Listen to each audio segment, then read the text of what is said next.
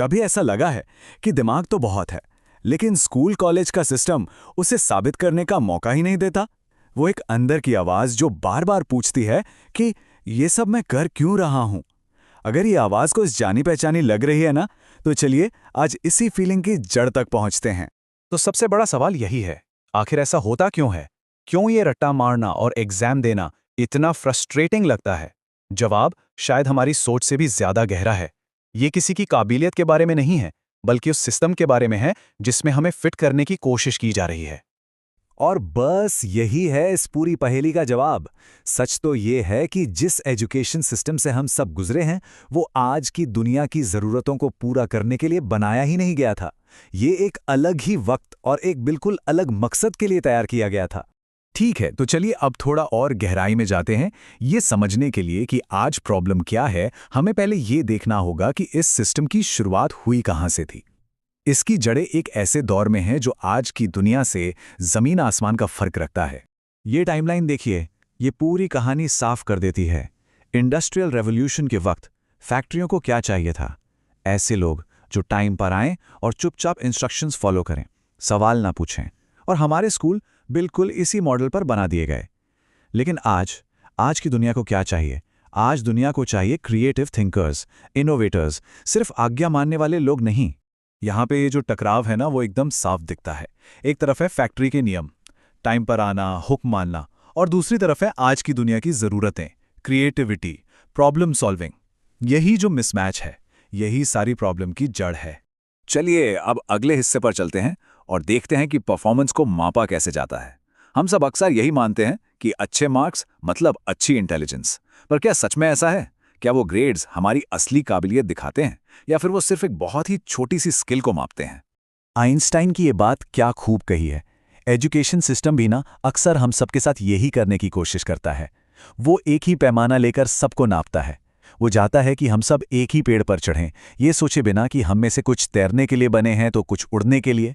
ये टेबल इस फर्क को और भी साफ कर देती है। देखिए, स्कूल में किस बात पर जोर है?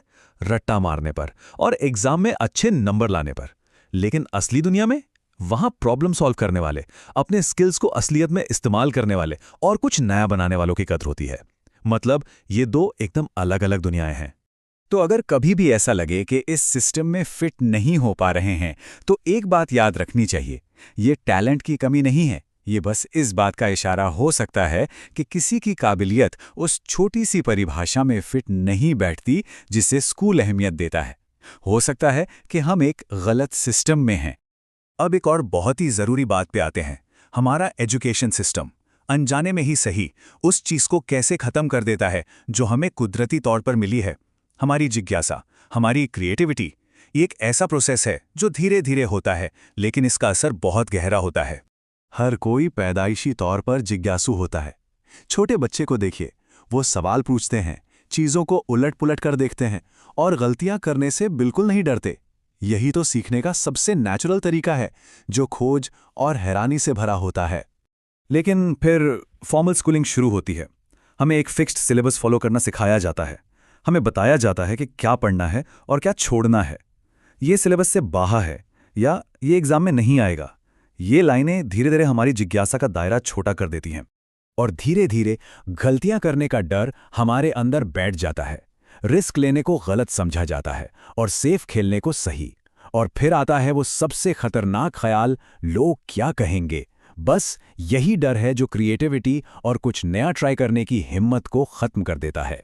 तो ठीक है, अब जब हमने प्रॉब्लम को समझ लिया है तो सॉल्यूशन की तरफ दौड़ते हैं। बात सिर्फ सिस्टम को कोसने की नहीं है, बल्कि ये समझने की है कि हम इसके अंदर रहते हुए भी अपने लिए एक बेहतर रास्ता कैसे बना सकते हैं। ये कंट्रोल वापस अपने हाथ में लेने की बात है। यहाँ एक बहुत जरूरी बात समझनी होगी। असल प्रॉब्लम एजुकेशन सिस्टम का होना नहीं है, बल्कि उसे ही अपनी जिंदगी का इकलौता रूल बुक मान लेना है। ये एक टूल है, बस इसे हमारी पूरी काबिलियत तय करने का हक नहीं मिलना चाहिए। असली चैलेंज तो आंखें बंद करके इसके पीछे चलने से बचना है। तो फिर रास्ता क्या है? यहाँ कुछ कदम हैं जिन पर सोचा जा सकता है। अपनी पढ़ाई अपने हाथ में लें। वो स्किल सीखें जिनकी आज असल में दुनिया को जरूरत है। एक्सपेरिमेंट करें, गलतियों से सीखें, हर चीज पर सवाल उठाएं। और सबसे जरूरी बात, अपनी ताकत पहचानें और उस पर काम करें। हर सब्जेक्ट में टॉप करना जरूरी नहीं है। और ये सब हमें हमारे आखिरी विचार की तरफ ले आता है। दिन के आखिर में सारी बात एक चॉइस पर आके टिक जाती है, एक ऐसा फैसला जो ये तय करेगा कि इस सिस्टम के साथ हमारा रिश्ता कैसा होगा और हम अपनी काबिलियत को कैसे देखेंगे। सबसे जरूरी बात जो हमेशा याद रखनी है वो ये है, ग्रेड्स, डिग्री या स्कूल में मिली परफॉर्मेंस ये किसी की असली काबिलियत को डिफाइन नहीं करती।